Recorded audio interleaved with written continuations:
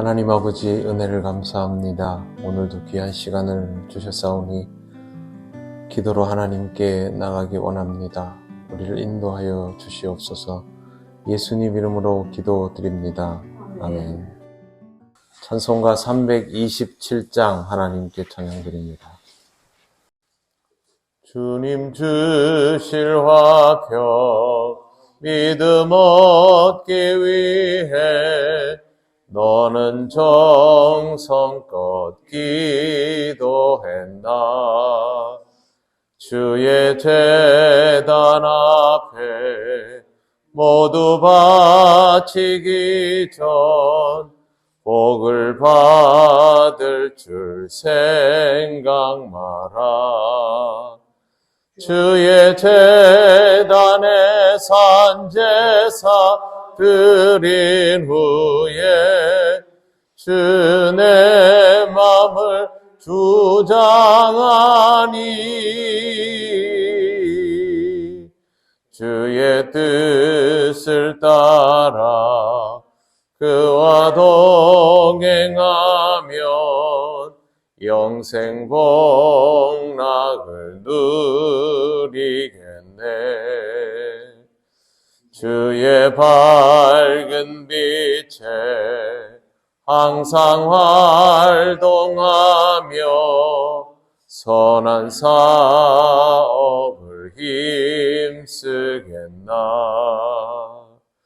자유 얻으려면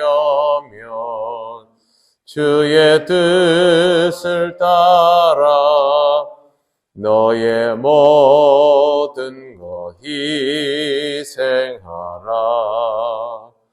주의 제단에 산제사 드린 후에 주 내 마음을 주장하니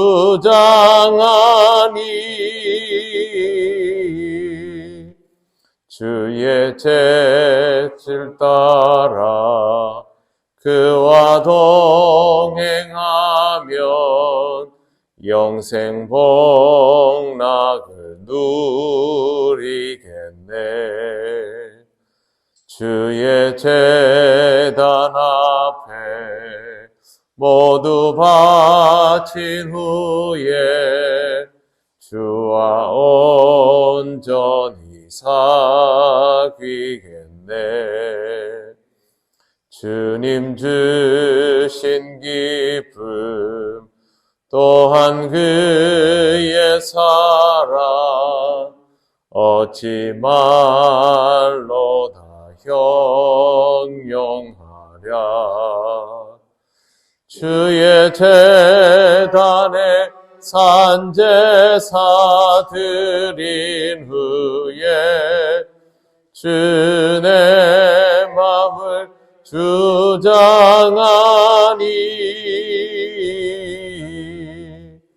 주의 뜻을 따라 그와 동행하면 영생 복락을 누리겠네.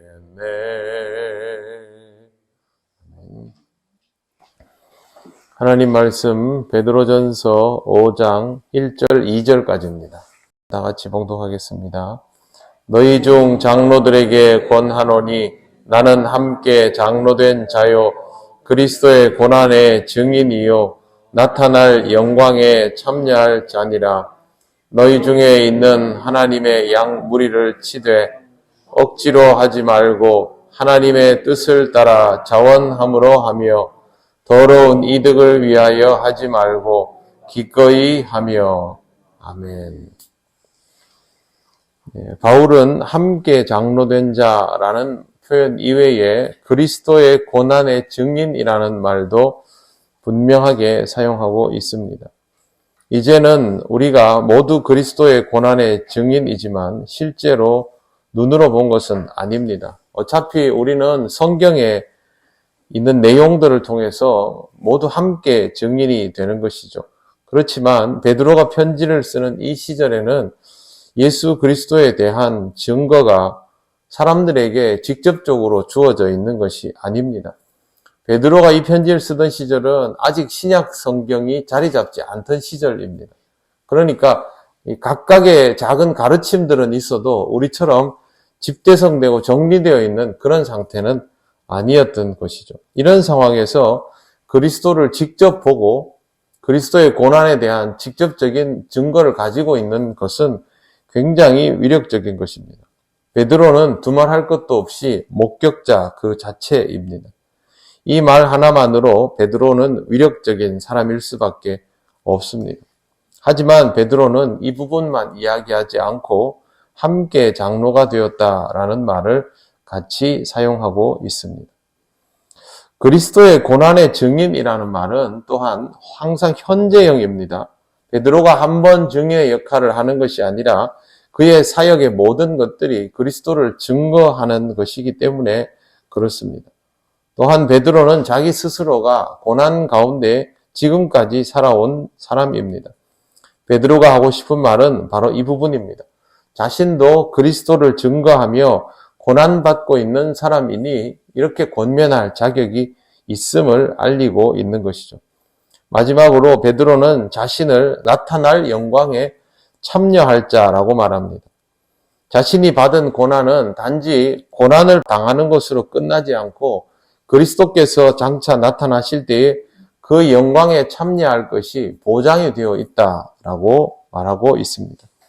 그렇다면 베드로는 과거에는 그리스도의 고난을 보았던 사람이고 지금은 그 증거를 가지고 그리스도의 고난에 함께 참여된 자이고 앞으로는 장차 나타날 영광에 참여할 사람입니다. 그의 과거와 현재와 미래는 모두 온전히 그리스도와 함께 그리스도를 드러내는 일에 집중되어 있고 앞으로도 그리스도와 동행할 것이다 라는 것입니다. 그리스도인은 바로 이런 존재입니다.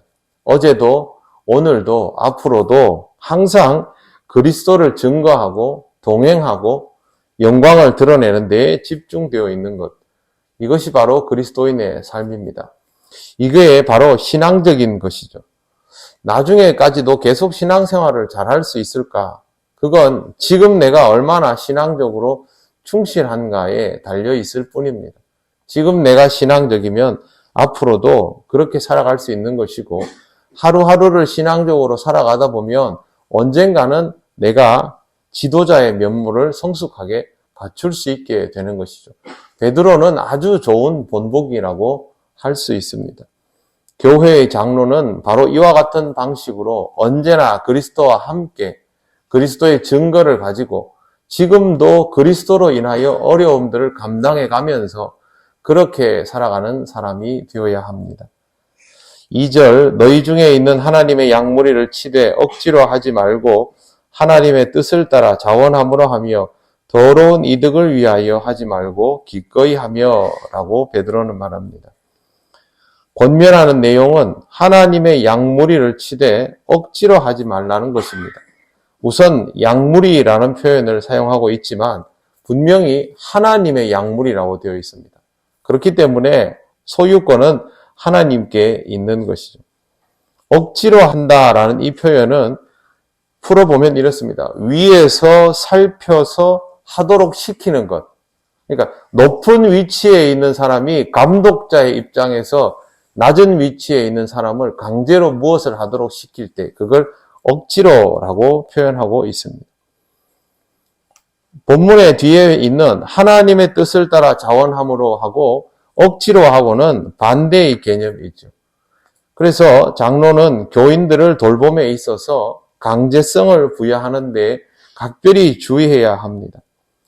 하지만 실제로 신앙적 자발성이 없는 교인들을 보고 있으면 답답한 마음이 들고 교회를 지켜나가고 사명을 감당하기 위해서는 강제성을 부여하고 싶은 마음이 생길 수밖에 없습니다. 그렇다면 베드로는 그런 것들을 몰라서 이렇게 말을 하는 것일까요? 현실적으로는 이렇게 하지 않으면 안 돌아가는데 그럼 왜 이런 말을 할 거예요? 베드로는 누구보다 이 말의 의미를 잘 알고 있습니다. 이미 자기 자신이 스스로 장로라는 정체성을 밝히고 있지 않습니까? 그럼에도 불구하고 베드로가 이 말을 하는 이유는 강제성을 부여하는 것이 실효성이 없어서 그렇습니다. 신앙생활에 있어서 제일 중요한 것은 진정성입니다. 진심으로 하나님을 믿고 바라기 때문에 그렇게 하는가? 그러면 그거는 진짜가 되는 것이고, 진심 없이 그렇게 하면 결국에는 가짜가 되어버리기 때문에 베드로가 이 말을 하는 것입니다. 그러면 자연스럽게 이런 것들이 될 때까지 내버려 두기만 해야 할까요? 그러다 보면 항상 교인들은 그 상태로 그대로 주저앉아 있을 수도 있는데, 억지로 되지 않는 일이고, 그렇다고 해서 자연스럽게 내버려 두면서 될 때까지 기다린다. 이것도 하염없는 일이라면 어떻게 해야 할까요? 교회의 장로가 가지고 있는 사역의 숙제는 바로 이 부분입니다. 강제로도 안 되고 그냥 내버려둬도 잘 성장하지 않는 교인들을 어떻게 보살펴야 하는가? 이 부분에 대해서는 제가 내일 조금 더 구체적으로 말씀을 드리겠습니다. 제가 오늘 여러분들에게 드리고 싶은 말씀은 우리 교회의 장로님들을 위해서, 또 이 나라 교회의 장로들을 위해서 기도해 달라는 것입니다. 장로의 직분은 일반 교인들이 생각하는 것과는 차원이 다른 중압감을 가지고 있습니다. 예전에 제가 한번 그런 말씀 드린 적이 있습니다. 교회에서 장로가 되고 나면 표정이 달라집니다. 웃어도 긴장감이 역력합니다. 그리고 모든 것들에 대한 부담을 다 짊어질 수밖에 없습니다. 자기도 모르는 사이에 관리자가 되고 감독자가 되어버리기 때문에 그런 것이죠. 여러분, 자식을 키워보면 똑같은 마음이 듭니다. 그렇기 때문에 신앙적으로는 여유를 가지고 신앙생활 하기가 참 어려워집니다. 그럼에도 불구하고 하나님께서 교회에서 장로라는 직분을 준 것은 책임을 지라고 준 것이기 때문에 이 책임을 다함에 있어서 성도들을 살펴서 감당하게 하고 그것이 진정성이 있도록 하려면 고민할 수밖에 없는 것이죠. 장로님들은 이 고민을 안고 살아야 하는 사람들이고 당연히 스스로 많이 기도하셔야 됩니다. 교인들은 그건 장로님들의 일이지라고 생각하지 마시고 이 교회를 위해서 그 마음을 가지는 장로님들을 늘 염두에 두고 저희 목회자들을 위해서 기도하는 것처럼 장로님들을 위해서도 꼭 그렇게 기도를 해주시기 바랍니다. 조금 더 구체적인 내용은 제가 내일 아침에 다시 이어서 설명을 드리겠습니다. 기도드리겠습니다. 하나님 감사합니다. 하나님께서 교회를 위하여 세우신 지도자들을 하나님 귀히 보시고 주님의 일을 감당하도록 은혜 주신 것을 감사합니다. 사람으로서는 막중한 무게이기 때문에 이 무게를 감당할 수 있는 믿음과 또 견고한 마음을 늘 허락하여 주시기를 원합니다. 교인들과 아름답게 동역하며 함께 성장하고 성숙해져 나갈 수 있도록 인도하여 주시기를 원합니다. 하나님이 기뻐하시는 그 일이 교회의 지도자인 장로에게도 가장 기쁜 일이오니 하나님께서 성도들의 아름다운 성장과 성숙을 통하여 모두가 함께 기뻐할 수 있도록 인도하여 주시옵소서. 우리 교회에도 이와 같은 일들이 계속 일어나며 주님 앞에서 아름다운 영적 성장을 이루어가는 우리들이 되게 하옵소서. 오늘도 하나님 우리와 함께하여 주심을 믿고 감사드리며 예수님 이름으로 기도드립니다. 아멘. 하늘에 계신 우리 아버지, 아버지의 이름을 거룩하게 하시며 아버지의 나라가 오게 하시며 아버지의 뜻이 하늘에서와 같이 땅에서도 이루어지게 하소서. 오늘 우리에게 일용할 양식을 주시고 우리가 우리에게 잘못한 사람을 용서하여 준 것 같이 우리 죄를 용서하여 주시고 우리를 시험에 빠지지 않게 하시고 악에서 구하소서. 나라와 권능과 영광이 영원히 아버지의 것입니다. 아멘.